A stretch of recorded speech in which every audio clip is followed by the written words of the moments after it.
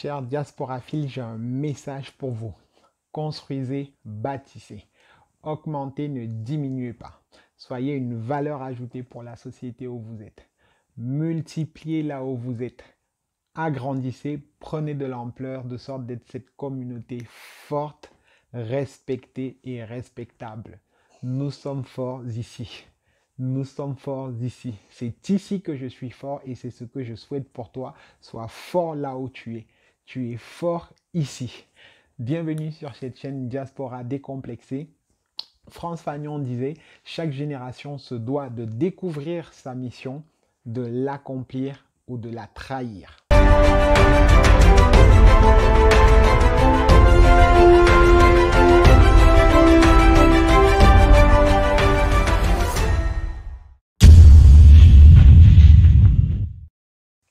Bienvenue, chers diasporaphiles, sur cette chaîne Diaspora Décomplexée où nous abordons les thématiques autour du diasporaphilisme. Le diasporaphilisme est ce mouvement universel qui prône la grandeur, l'essor de la diaspora partout où elle se trouve dans le monde.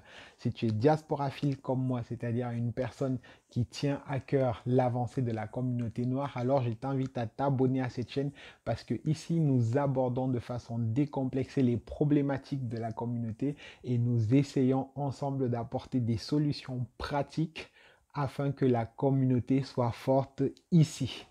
Aujourd'hui, je me propose de partager avec vous quels sont les paradigmes au sein de la diaspora africaine en Occident. Donc les paradigmes sont les courants, les mouvements de pensée, les courants de pensée partagés au sein d'une communauté. Donc ce sont des idéologies que nous avons. Plusieurs d'entre vous ont déjà entendu parler de ce premier paradigme qui est le fait que nous sommes venus en détail.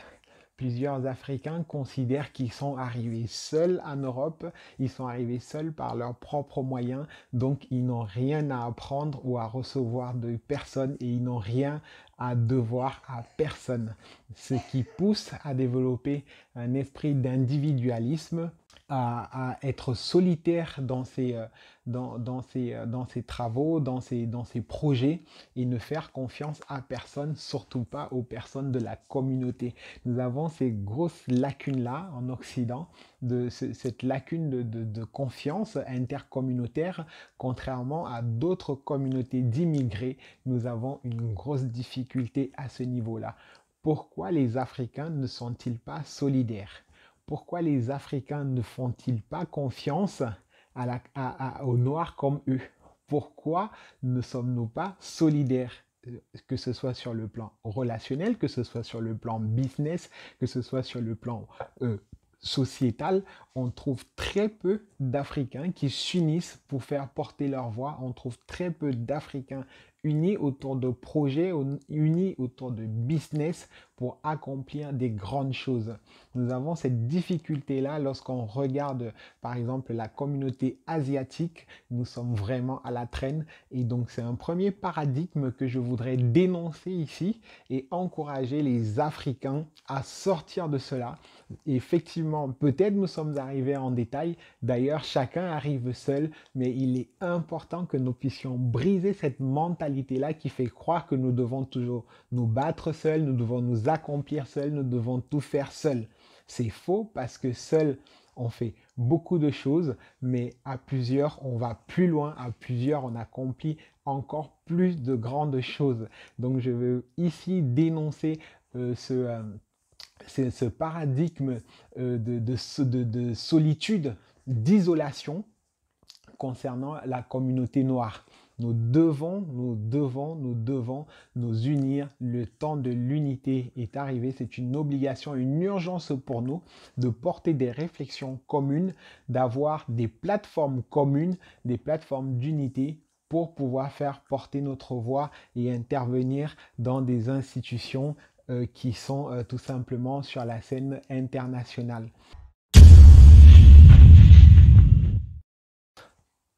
Le deuxième paradigme que je voudrais donc aborder avec vous, c'est celui du retour.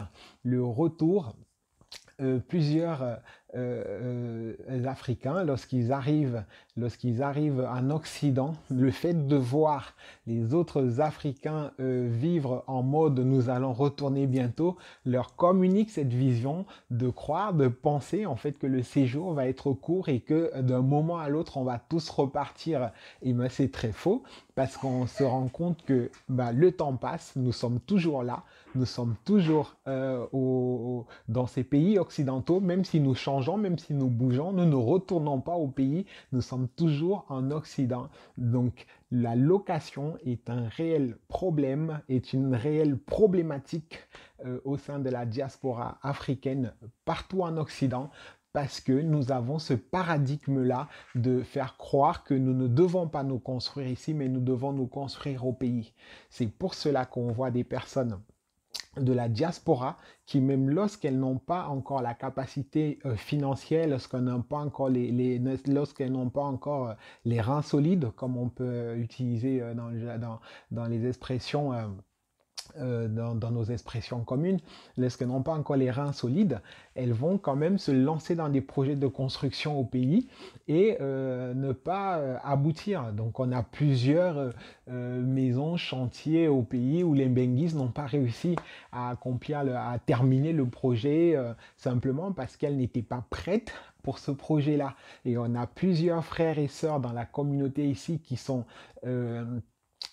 aigris, qui sont au final déçus parce que lorsqu'elles voulaient construire au pays, elles n'ont pas réussi à terminer, ou il n'y a personne pour les soutenir, ou il n'y a personne pour entretenir la maison ou le bien qu'elles ont construit. Ben, ces personnes-là, en fait, n'ont pas tout simplement pris la mesure et l'ampleur de la problématique et donc elles vont véhiculer des messages négatifs au sein de la communauté en faisant croire que ce n'est pas bien de se construire, ce n'est pas bien de se construire ni au pays ni ici.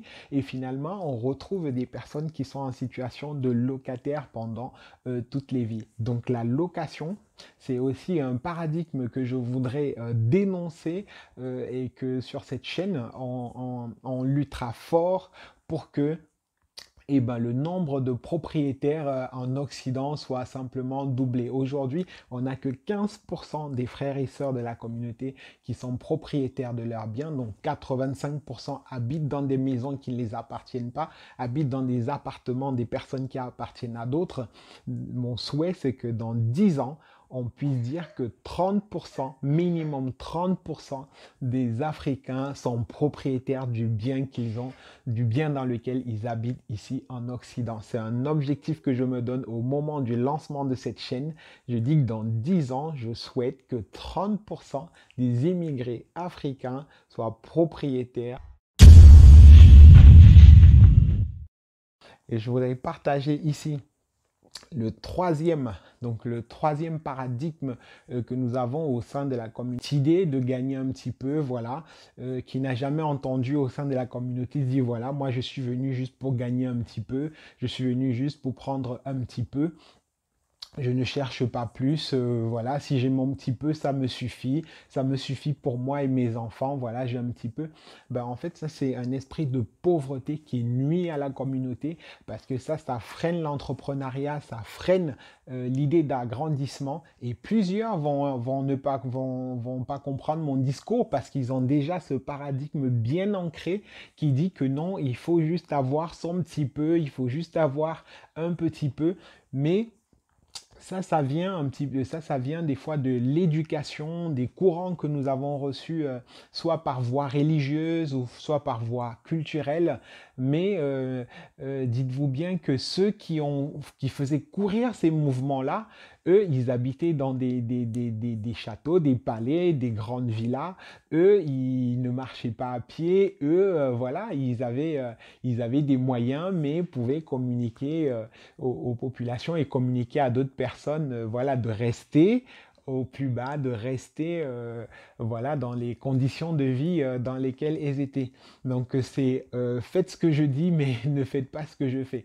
Je voudrais vraiment dénoncer le manque d'entrepreneuriat, le manque de volonté, le manque d'ambition. Voilà, c'est le terme que je cherchais. Je veux vraiment dénoncer le manque d'ambition au sein de la communauté noire en Occident.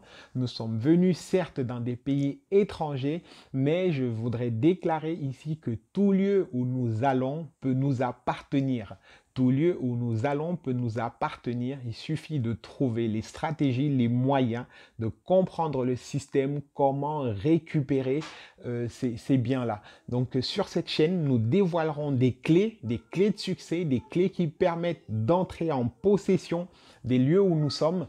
Donc le salarial doit être quelque chose que nous devons refréner dans la société pour lever plus d'entrepreneurs, plus d'investisseurs, plus de personnes qui sont capables de porter la communauté au plus haut. Nous pouvons nous plaindre comme nous le voulons, nous pouvons crier comme nous voulons, ça ne changera pas notre situation. C'est quand nous aurons dans les pays où nous sommes des Noirs, des personnes comme nous, qui embauchent 100 000, 200 000 employés, que nous pourrons taper de la main pour dire « Écoutez, j'ai quelque chose à dire ». C'est lorsque nos enfants pourront être recrutés dans nos usines, dans nos entreprises, qu'on dira que le taux de chômage a diminué au sein de la communauté d'immigrés. Ce n'est pas les autres qui recruteront nos enfants, c'est à nous de mettre en place des structures pour que nos enfants les amènent encore au plus haut afin que le taux de chômage diminue au milieu de notre communauté. Donc je vous invite vraiment à vous lever, à partager la vidéo, à inciter les frères et sœurs à rentrer dans ce type de réflexion, d'entrepreneuriat, d'ambition, de croissance, de grandeur, car les enjeux ne sont pas seulement pour nous, mais pour nos enfants aussi. Notre mission est d'en prendre conscience. Franck Fanon l'a dit, chaque génération doit découvrir sa mission. Moi, je vous annonce que notre mission, nos premières générations d'immigrés arrivés en Occident, notre mission est de préparer le terrain afin que nos enfants puissent trouver un terrain fertile qui leur permettra d'aller encore plus loin, et d'être des vrais challengers, de pouvoir se mesurer, se comparer sans complexe aux autres enfants. C'est de cela dont il s'agit. Le quatrième paradigme que je voudrais partager avec vous, c'est celui de la fierté d'être noir. Ce paradigme qui est véhiculé, subtilement véhiculé par le panafricanisme empirique, par des vains discours, des débats stériles. Des fois, on entend des discours du genre est-ce qu'un noir doit épouser une blanche? Est-ce qu'un noir doit acheter des produits d'Europe? Est-ce qu'un noir doit mettre le pull construit par une usine de blancs? Est-ce que on doit encore accepter que les blancs viennent en Afrique? Ce type de débat, en fait, qui n'apporte rien à personne. Depuis qu'on en parle, ça n'a changé la vie de personne. Depuis qu'on débat sur l'esclavagisme, sur le colonialisme, ça ne change la vie de personne. Ce n'est pas le fait de savoir que nos ancêtres ont été colonisés, qui fera que nos enfants seront plus respectés, que nos enfants auront de l'assurance dans l'avenir.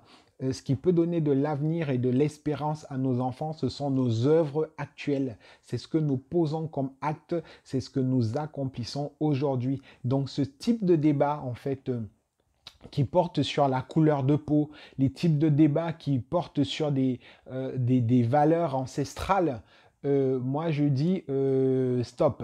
Stop dans la communauté, nous sommes trop discrets, nous sommes assez distraits comme ça. Et le moment est venu à l'action, le moment est venu à la construction.